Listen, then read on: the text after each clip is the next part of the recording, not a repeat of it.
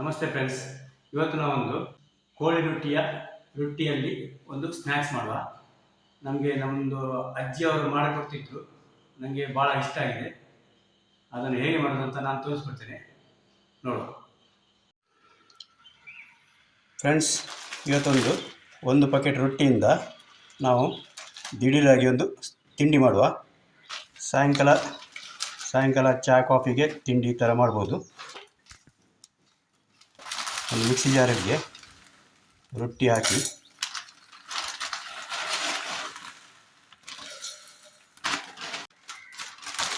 ಜಾಸ್ತಿ ನೈಸ್ ಮಾಡಬಾರ್ದು,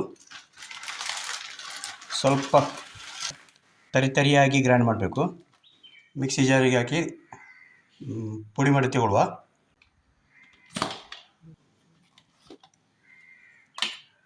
ನೋಡಿ, ಪುಡಿಯಾಗಿದೆ.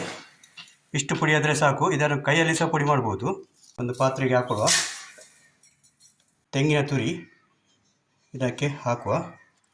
ಒಂದು ಪ್ಯಾಕೆಟ್ ರೊಟ್ಟಿಗೆ ಅರ್ಧ ಗಡಿ ತೆಂಗಿನಕಾಯಿ ಸಾಕು. ಸಕ್ಕರೆ ಹಾಕೊಳ್ಳುವ. 1 2 3 ನಾನು 3 ಟೀ ಸ್ಪೂನ್ ಹಾಕಿದ್ದೇನೆ. ನಿಮಗೆ ಸ್ವೀಟ್ ಜಾಸ್ತಿ ಬೇಕಾದರೆ ಜಾಸ್ತಿ ಹಾಕ್ಕೊಳ್ಳಿ. ಸಕ್ಕರೆ ಬದಲು ಬೆಲ್ಲ ಸಹ ಹಾಕ್ಬೋದು.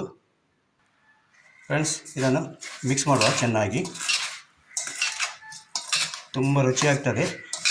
ನಮ್ಮ ಅಜ್ಜಿಯಂದಿರು ಅಮ್ಮಂದಿರು ಮಾಡಿಕೊಡ್ತಿದ್ರು. ಈ ಥರ ಬೆಳಿಗ್ಗೆ ಸ್ಕೂಲಿಗೆ ಹೋಗುವಾಗ ದಿಢೀರಾಗಿ ಒಂದು ಸ್ನ್ಯಾಕ್ಸ್ ಮಾಡಿಕೊಡ್ತಿದ್ರು.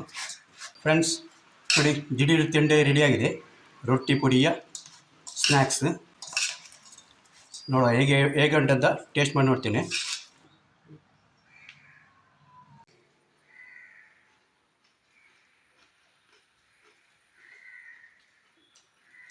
ಅಜ್ಜಿಯ ನೆನಪಾಗ್ತಾ ಉಂಟು. ಈ ಥರ ತಿಂಡಿ ತಿಂದರೆ ನಿಮ್ಮ ಮಕ್ಕಳಿಗೆ ಇದನ್ನು ಮಾಡಿಕೊಡಿ. ಅಜ್ಜಿಯ ತಿಂಡಿ ಅಂತ ಹೇಳಿ ಅವರಿಗೆ, ಮಕ್ಕಳಿಗೆ ಅಜ್ಜಿಯ ಕೈ ರುಚಿ ಹೇಗೆ ಉಂಟಂತ ತಿಳಿಸಿಕೊಡಿ ಅವರಿಗೆ, ಮುಂಚಿನ ತಿಂಡಿ ಹೇಗೆ ಅಂತ. ಈ ವಿಡಿಯೋ ನಿಮಗೆ ಇಷ್ಟ ಆದರೆ ಫ್ರೆಂಡ್ಸ್ ಜೊತೆಗೆ ಶೇರ್ ಮಾಡಿ, ಲೈಕ್ ಕೊಡಿ ಹಾಗೂ ಸಬ್ಸ್ಕ್ರೈಬ್ ಮಾಡಿ. Thank you.